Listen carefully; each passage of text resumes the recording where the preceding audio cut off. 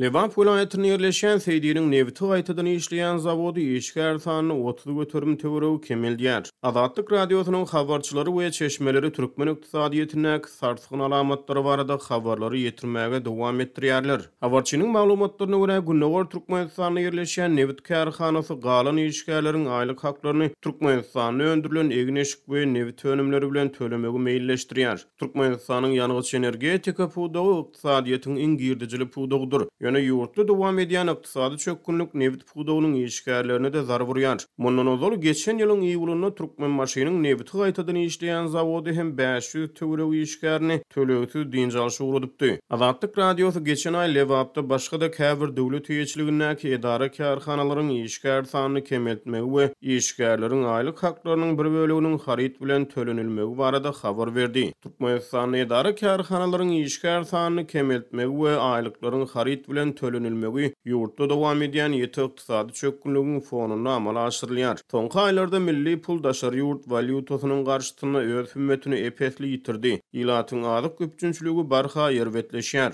Häkimiýetler emele gelen ýagdaýdan köplenç ýol başçylary ýygyderli çalışmak arkaly çykalygy gözlemäge tinançýar. Ýöne bu hem bir ýerli synçynyň sözlerine görä ne ýagdaýa çykalygy bolýar, ne korrupsiýanyň öňüne geçýär. Türkmen awadyň ösümlük ýag kärhanasyna geçen bir ýylda 3 ýol başçy işden boşadyldy we olara korrupsiýa aýplamalary boýunça jinaýat işi gozgoldy. Un zawodlaryna soňky 13 ýylda 20 gola ýol başçy türmäge basyldy. Emma ogurlygyň we korrupsiýanyň mösberi kemelmän artypdyr diýip ýagdaýdan habarly bir çeşme Azatlyk radiosynyň habarçysyna gurrun berdi. Döwlet başlygyny hökümet maslahatlaryna ýurtda ykdysady ösüşini haýarlamagyny dünýäde emele gelen ýagdaýlar şol sanyny ýanygyç bahalarynyň global arzanlamagy ýaly sebäpleri bilen ilteşdirýär. Çeşmenin sözlerine görä soňky ýyllarda korrupsiýada aýplanýan ýokary wezipeli adamlar 14 ýyl ozalky korrupsiýa hadisalary bilen deňeşdirilene has uly mösberde pul ogurlamakda aýplanýarlar. Türkmenistan korrupsiýa indeksi boýunça halkara hasabatlarda ýyzy korunylarda ýerleşdirilýär.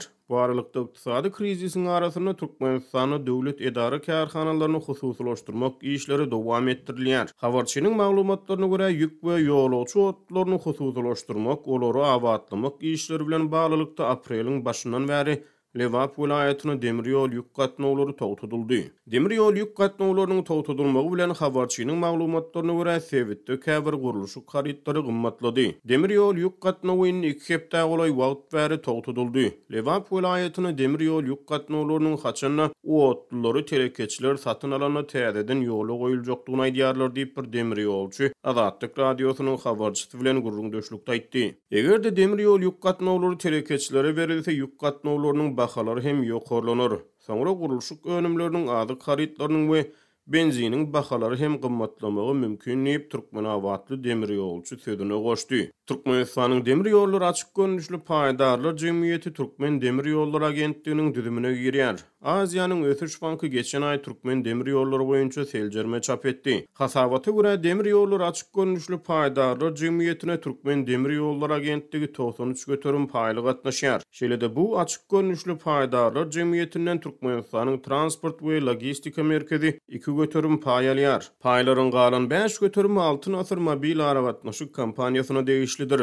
Bu mobil aragatnaşyk kampaniýasy ýapyk görnüşli paýdarlar jemgyýetidir. Seydi'niň nevti gaýtadan işleýän zawodlar toplumyna işgär sanynyň kemeldilmegi Sewitde beýleki käbir döwlet ýeçiligindäki edara kärhanalaryň işgär sanynyň kemeldilmeginiň ýzyanyna gawat gelýär. Geçen aý Farabda häkimiýetler jemaat guruluklaryna, owalarda tehnikalary hyzmat ediş edaralaryna, elektrik energiýasy bilen üpçünçilik kärhanasyna we etrap gaz üpçünçilik edarasyna işgär sanynyň 30 götürüm kemeldilýändigini oglan etdiler. Şeýle-de geçen aý Darganatada magarif işgärleriniň we lukmanlaryň aýlyk haklarynyň 50 götürümi Türkmenistanyna öndürilen azyk harytlar, tekstil önümleri, gap çanaklar we lampyçkylar bilen tölenip başlandy. Azatlyk radiosy Sewitde käbir döwlet ýeçiligindäki edara kärhanalaryň işgär sanynyň kemeldilmegi barada Lewap vilayet häkimliginden goşmaça maglumat alyp bilmedi.